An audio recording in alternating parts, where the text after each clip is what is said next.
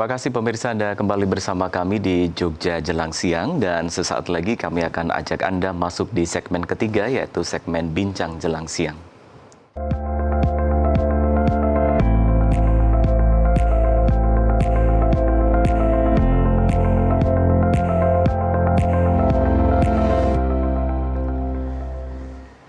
Ya, bagi Anda yang baru saja bergabung bersama kami, Anda sedang menyaksikan Jogja Jelang Siang dan kita sedang ada di segmen Bincang Jelang Siang. Kita akan membahas mengenai sertifikasi profesi untuk mahasiswa vokasi dan sertifikasi industri. Telah hadir bersama saya untuk membahas tema tersebut, yaitu Bapak Hermawan Prasetyanto SSTMM, Kepala Program Studi Magister Terapan dan Perencanaan Pariwisata STP AMTA Yogyakarta. Selamat pagi Pak Hermawan. Selamat pagi. Terima kasih sudah bergabung bersama kami, menyempatkan waktunya di sela-sela kesibukannya. Baik Pak Hermawan, apa kemudian sebelum kita membahas nanti bagaimana secara teknis dan lain sebagainya, apa yang menjadi urgensi dari sertifikasi profesi mahasiswa vokasi dan juga sertifikasi industri ini, Pak? Baik, terima kasih Mas Hendri. Jadi sekarang ini kan persaingan global kan sudah terjadi ya, artinya tidak dalam waktu dekat ini, artinya sudah beberapa waktu yang lalu sudah terjadi. Nah itu juga harus diikuti oleh para mahasiswa gitu, bahwa sertifikasi itu adalah sebuah pengakuan gitu ya, pengakuan dalam hal apapun, karena sertifikasi sekarang kan tidak hanya di pendidikan, artinya di semua lini kan sekarang sudah ada sertifikasi. Nah untuk mensetarakan atau menstandarkan kemampuan mahasiswa itu diukur dengan sertifikasi. Apalagi untuk mahasiswa-mahasiswa atau pelajar-pelajar vokasi gitu. Nah itu sangat penting untuk mereka memperkuat dirinya, selain dengan ijazah yang sudah mereka terima dari perguruan tinggi atau SMK gitu, dia memperkuat bahwa mereka mempunyai kompetensi di dalam satu skema atau satu bidang gitu, supaya nanti di dalam mereka melakukan berkompetisi lah istilahnya, itu bisa lebih mendukung kemampuannya mereka gitu. Lalu program yang diikuti dalam sertifikasi ini meliputi apa saja, Pak? Kalau di kami, karena kami adalah perguruan tinggi pariwisata, Pak. Jadi kami itu tentunya menyesuaikan dengan bidang kami. Artinya bidang-bidang sekali dengan pariwisata itu kita memberikan pilihan kepada mahasiswa kami untuk memilih bidang yang mana yang mereka pilih sesuai dengan soul-nya, sesuai dengan bidang yang mereka ingin lebih dalam mempelajarinya. Baik, bagaimana Bapak melihat kesenjangan atau gap antara kurikulum akademik dengan kebutuhan real industri pariwisata saat ini, di mana peran sertifikasi ini untuk menutup celah tersebut ini rupanya juga ya seperti Bapak katakan tadi. Iya betul. Ya, karena industri ya dalam hal ini kita bicara soal pariwisata ya Mas Hendri, itu kan berkembang dengan cepat sekali. Kita tahu bahwa contoh sederhananya lah hotel gitu ya. Hotel itu kan sekarang ini pakem-pakem yang dulu digunakan di hotel-hotel dulu, artinya era-era mungkin 10-15 tahun yang lalu, itu sudah terjadi perkembangan berdasarkan dari zaman gitu ya. Artinya ada efisiensi barangkali, atau mungkin ada penambahan dan lain sebagainya. Sehingga itu juga harus diikuti oleh institusi-institusi. Artinya kurikulum yang nanti kita susun, kita harus sinkronkan dengan kebutuhan industri. Dan itu sudah kami lakukan setiap waktu tertentu. Jadi mungkin kalau kami biasanya menggunakan 2-3 tahun, kita mengundang industri untuk kembali meninjau ulang kurikulum kami, apakah kurikulum yang kami siapkan itu sesuai dengan industri saat ini gitu. Oke. Ya. Selalu ada update dan upgrade begitu, betul, ya, disesuaikan dengan kebutuhan. Ya. Apa saja yang kemudian menjadi fokus perhatian di STP AMTA dalam hal ini, dalam upaya kemudian terus mengupdate sertifikasi ataupun pemenuhan kebutuhan untuk pangsa pasar global? Betul, Pak. Pertama tentunya kami melakukan sinkronisasi. Artinya apakah kurikulum ini masih sesuai dengan kebutuhan di industri. Yang kedua tentunya kami juga melakukan upgrade untuk para pengajar. Artinya para pengajar pun kami juga selalu berdiskusi dengan industri supaya pengajar itu juga mengikuti apa yang berkembang di industri ini. Sehingga beliau akan mengupgrade materi-materi setiap semesternya gitu ya, berdasarkan dari hasil diskusi dengan para praktisi. Nah itu selalu kita lakukan. Gitu. Secara konkret misalnya Pak Herman bisa menjelaskan apa sebetulnya upgrade di dunia pariwisata misalnya untuk industri-industri pariwisata di era misalnya 10-15 tahun yang lalu dengan saat ini begitu, apa yang kemudian nyata bisa dilihat berbeda begitu? Ya. Sekarang ini kan kita bicara soal sertifikasi industri ya. Sertifikasi industri ini sekarang kan yang wajib adalah yang berbasis risiko. Gitu. Berbasis risiko. Risiko. Jadi ini yang wajib. Meskipun sertifikasi ini bicara kita perhotelan ya, Mas Hendri. Ya. Sertifikasi bintang pun juga masih ada. Namun yang diwajibkan oleh pemerintah sekarang ini yang berbasis risiko. Nah di sertifikasi berbasis risiko ini sekarang yang menyelenggarakan atau yang berhak untuk menyelenggarakan adalah LSU, Lembaga Sertifikasi Usaha.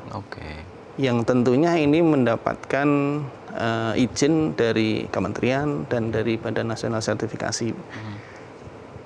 Kalau dulu di era-era 10-15 tahun yang lalu kan dilakukannya oleh organisasi seperti mungkin BHRI, kalau hotel dan restoran ya. Nah itu dilakukan oleh dari organisasi. Tapi kalau sekarang sudah dilakukan oleh sebuah lembaga khusus yang memang itu diberi kewenangan oleh pemerintah untuk menyelenggarakan proses sertifikasi. Nah,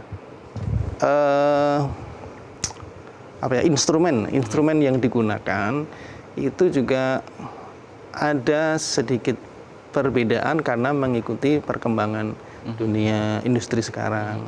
Jadi kalau dulu ada hal-hal yang harus ada, sekarang hanya mungkin sedikit lebih sederhana, tetapi ada juga yang harus terpenuhi gitu ya. Misalnya apa, Pak? Jadi misalkan sekarang izin-izin, kemudian kolam renang. Waktu ini contoh sederhana ya. Kolam renang yang dulu untuk hotel bintang sekian itu menjadi fasilitas yang harus ada, tapi sekarang di dalam instrumen itu tidak disebutkan adanya harus ada kolam renang.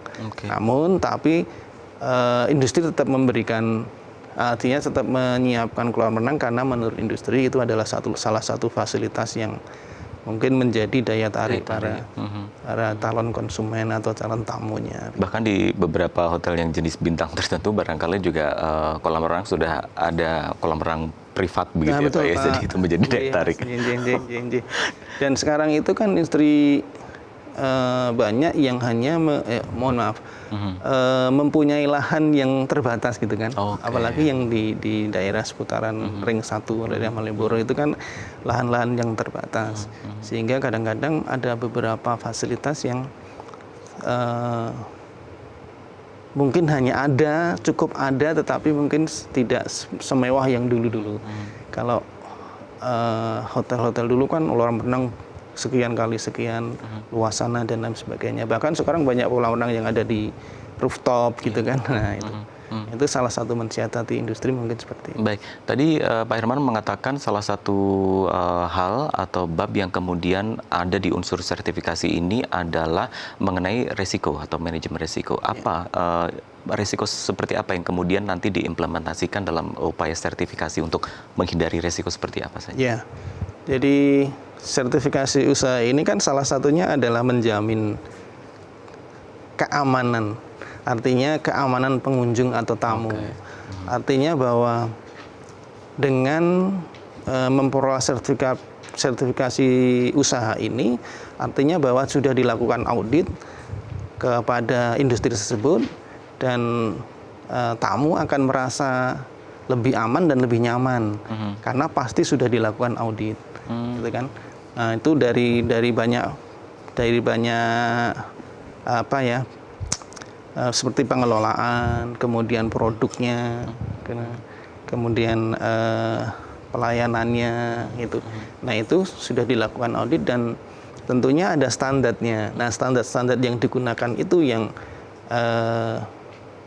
tamu gitu ya. Kalau artinya kalau sudah tersertifikasi tamu pasti oh kalau sudah ini insya Allah aman ini gitu. Jadi meningkatkan rasa nyaman dan rasa aman dari para tamu atau calon tamu. Oke. Gitu, Bagaimana kemudian untuk bangunan misalnya, bangunan yang kemudian apakah masing-masing hotel bintang itu kan punya standar sendiri ya Pak ya. Nah, apakah itu juga termasuk bagian dari manajemen risiko yang diperhatikan? Betul. Jadi itu malah menjadi syarat dasar. Syarat dasar. Jadi syarat dasar dari untuk mengajukan sertifikasi usaha adalah tentunya layak bangunan, kemudian bahkan sertifikat layak sehat itu menjadi layak sehat. Ya, itu menjadi syarat dasar. Ya, kalau mereka sudah mendapatkan itu, artinya bahwa dari unsur keamanannya bangunan itu pasti sudah tersertifikasi oleh pihak terkait. Dari unsur kesehatannya, mungkin dari air dan lain sebagainya, udara atau polusi udaranya itu sudah layak sehingga tamu tentunya kan oh ini sudah tersertifikasi pasti SLS-nya, kemudian bangunannya itu pasti sudah. Ternyata sedetail itu ya Pak ya diperhatikan sehingga hotel atau industri pariwisata hotel misalnya itu bisa kemudian memberikan layanan kepada masyarakat. Nah, satu hal yang menarik tadi mungkin di salah satu banyak bagian hotel yang tidak ini yang mungkin selalu sama diperhatikan adalah adanya titik kumpul untuk menghindari jika terjadi sesuatu misalnya kebakaran, bahkan di masing-masing di sudut-sudut ruangan tertentu sudah ada perangkat untuk pemadam kebakaran. Apakah itu juga menjadi salah satu bagian? Ya betul sekali Mas Hendri. Jadi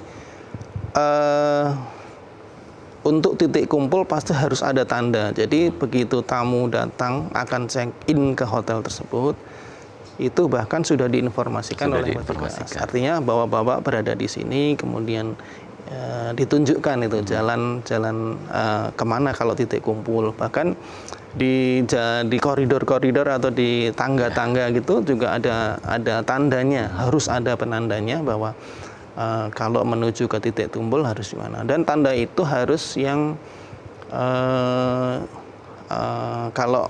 kalau mati lampu dia kelihatan itu fosfor itu lah. Iya, betul.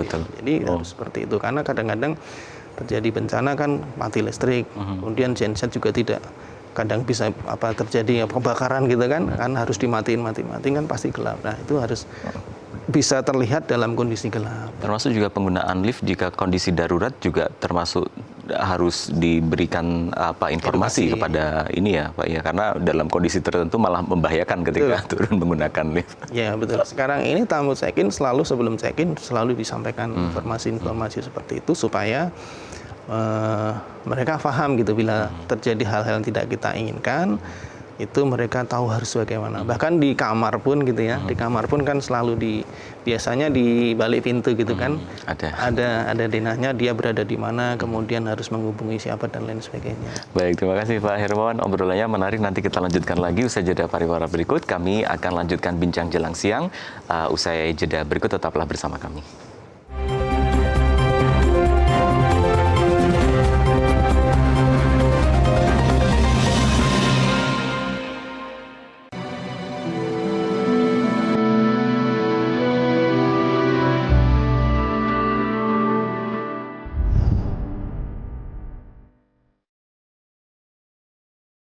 Allah memberi kekurangan, mungkin nanti suatu saat ada hikmahnya.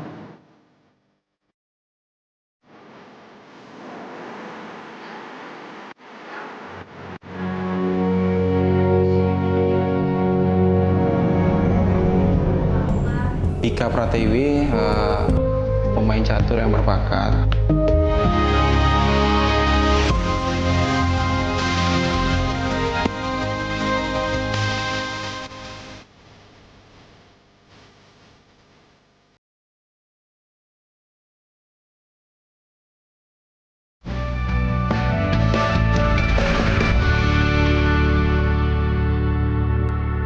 Sobat muda punya mainan yang berkesan semasa kecil?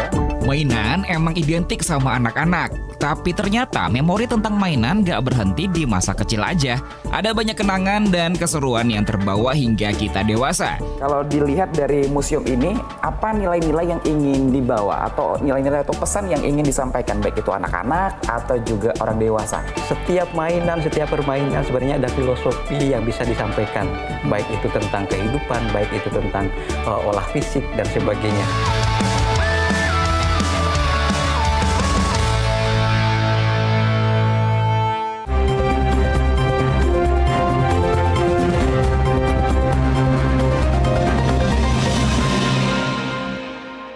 Terima kasih pemirsa bersama kami di Jogja Jelang Siang. Kita masih ada di segmen ketiga atau terakhir yaitu Bincang Jelang Siang mengenai sertifikasi profesi untuk mahasiswa vokasi dan sertifikasi industri bersama dengan Kepala Program Studi Magister Terapan dan Perencanaan Pariwisata STP AMTA Yogyakarta, Bapak Hermawan Prasetyanto. Pak Hermawan, tadi menarik sekali disampaikan mengenai bagaimana standarisasi sebuah hotel sehingga layak betul karena memperhatikan manajemen risiko. Nah, kemudian bisa digambarkan bagaimana sebetulnya proses uji kompetensi bagi mahasiswa vokasi agar mereka benar-benar dinyatakan kompeten dan siap memimpin di lapangan. Ya betul Mas Hendri. Jadi di kami, di institusi kami, di perguruan tinggi kami, itu mewajibkan kepada seluruh mahasiswa kami yang akan lulus, artinya untuk pengajuan pendadaran, ini artinya ujian akhir gitu. Itu mereka sudah harus menempuh sertifikasi profesi sesuai dengan bidang yang mereka pilih, gitu ya, mereka pilih. Nah, untuk melakukan proses sertifikasi ini memang kami bekerja sama, bahkan ini sudah menjadi fasilitas dari perguruan tinggi kami. Selain kami menyelenggarakan program pendidikan seperti institusi pendidikan ini, kami juga membuat diversifikasi kegiatan yaitu LSU dan LSP. Jadi di AMTA ini kami juga mendirikan lembaga sertifikasi usaha dan lembaga sertifikasi profesi.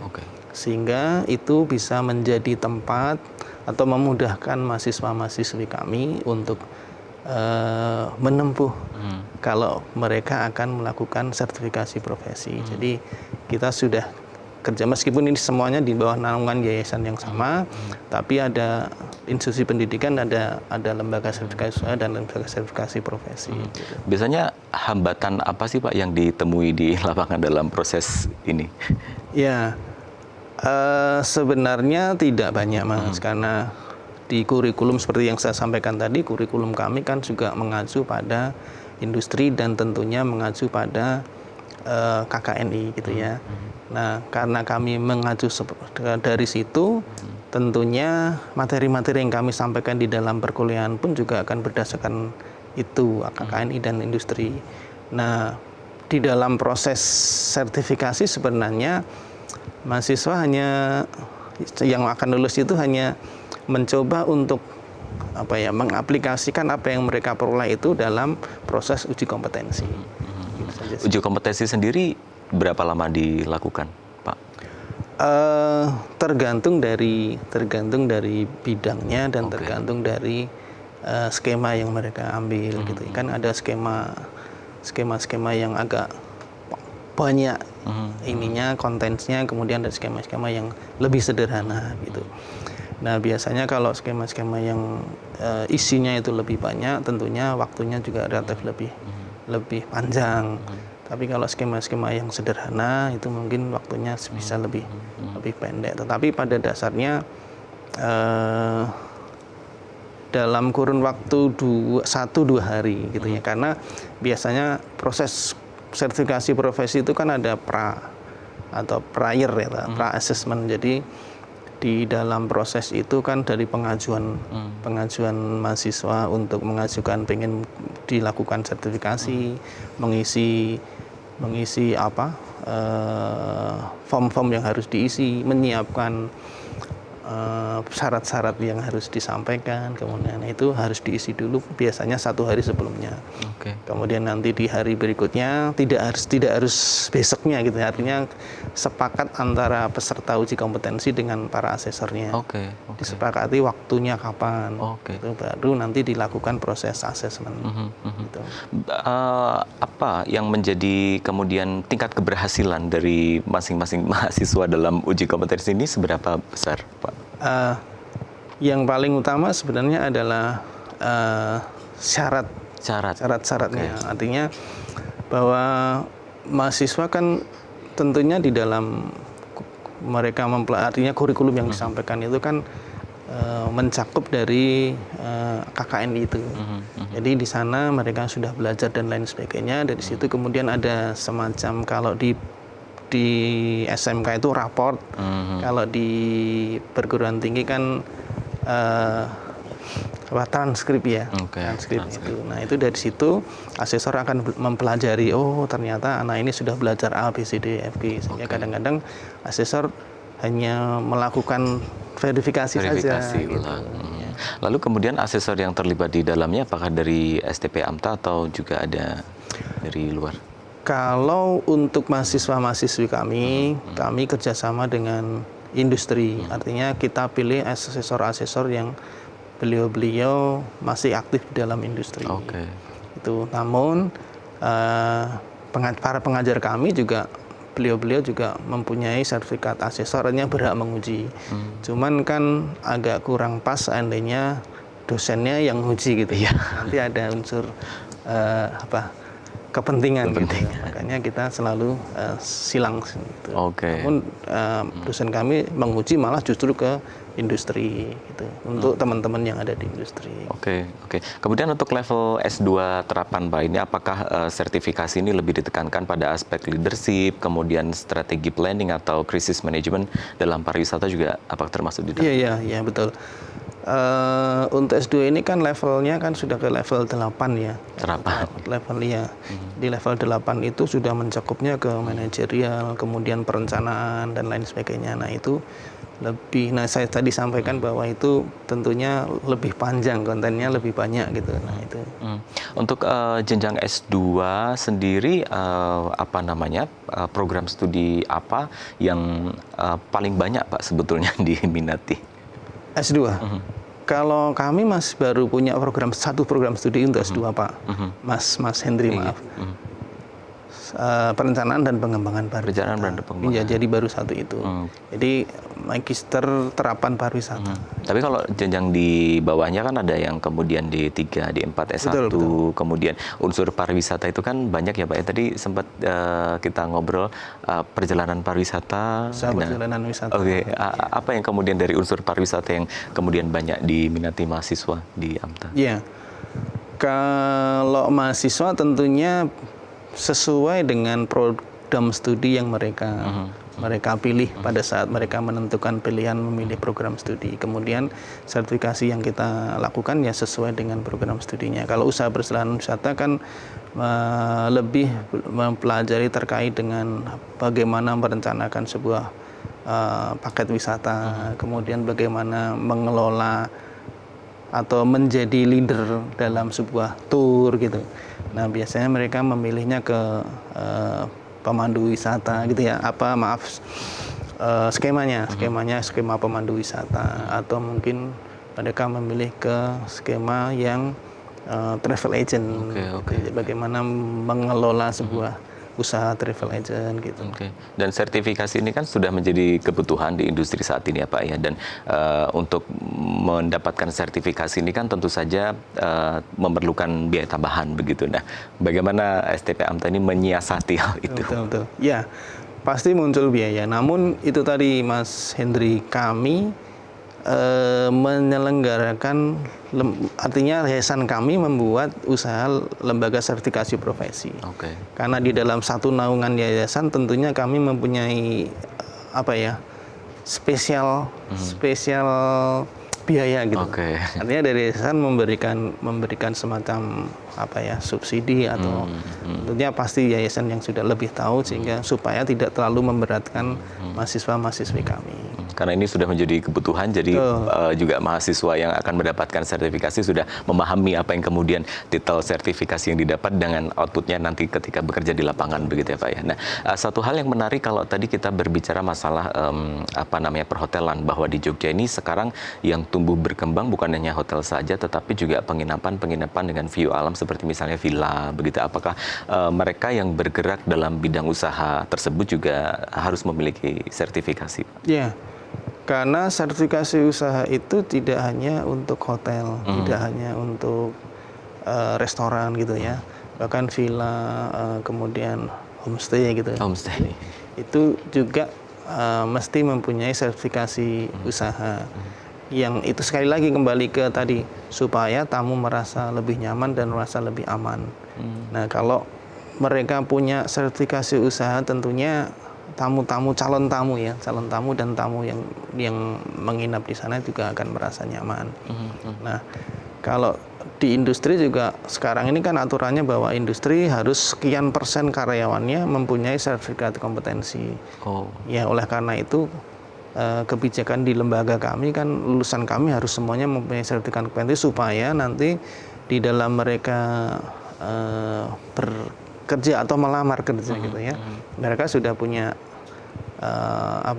sangu lah, bahwa mereka punya sertifikat kompetensi dan juga selain ijazah yang mereka terima setelah menyelesaikan pendidikannya di perguruan tinggi. Baik, kalau di Jogja sendiri Pak, dunia pariwisata ini kan selalu berkembang di beberapa kabupaten, juga sudah berusaha untuk meningkatkan pendapatan melalui sektor pariwisata, karena di Jogja andalan sekali untuk sumber daya alam yang ada gitu. Apa yang kemudian menjadi tantangan ke depan dari sektor pariwisata yang ada di Jogja ini, Pak? Ya, kalau Jogja mungkin terkait dengan edukasi masyarakat. Edukasi. Ya, salah satunya. Artinya edukasi masyarakat itu ya pelaku pariwisata dan tentunya masyarakat Jogja sendiri, karena pada saat momen-momen tertentu Jogja kan seperti itu ya. Nah, itu masyarakat diberi supaya mengalah dulu gitu ya.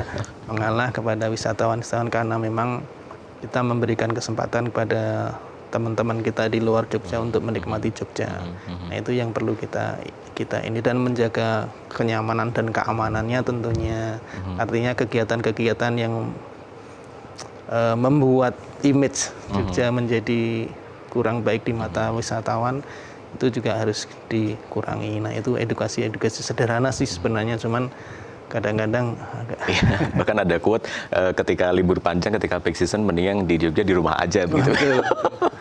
Baik, terima kasih sekali Pak Hermawan Prastianto SSTMM, Kepala Prodi Magister Terapan dan Perencanaan Pariwisata STP AMTA, sudah bergabung bersama kami. Sama-sama. Dan mudah-mudahan informasi tadi juga bermanfaat bagi Anda pemirsa, dan dengan demikian maka berakhir sudah kesempatan kita berjumpa dengan Anda dalam Jogja Jelang Siang. Kita akan berjumpa lagi Senin esok. Terima kasih dan sampai jumpa.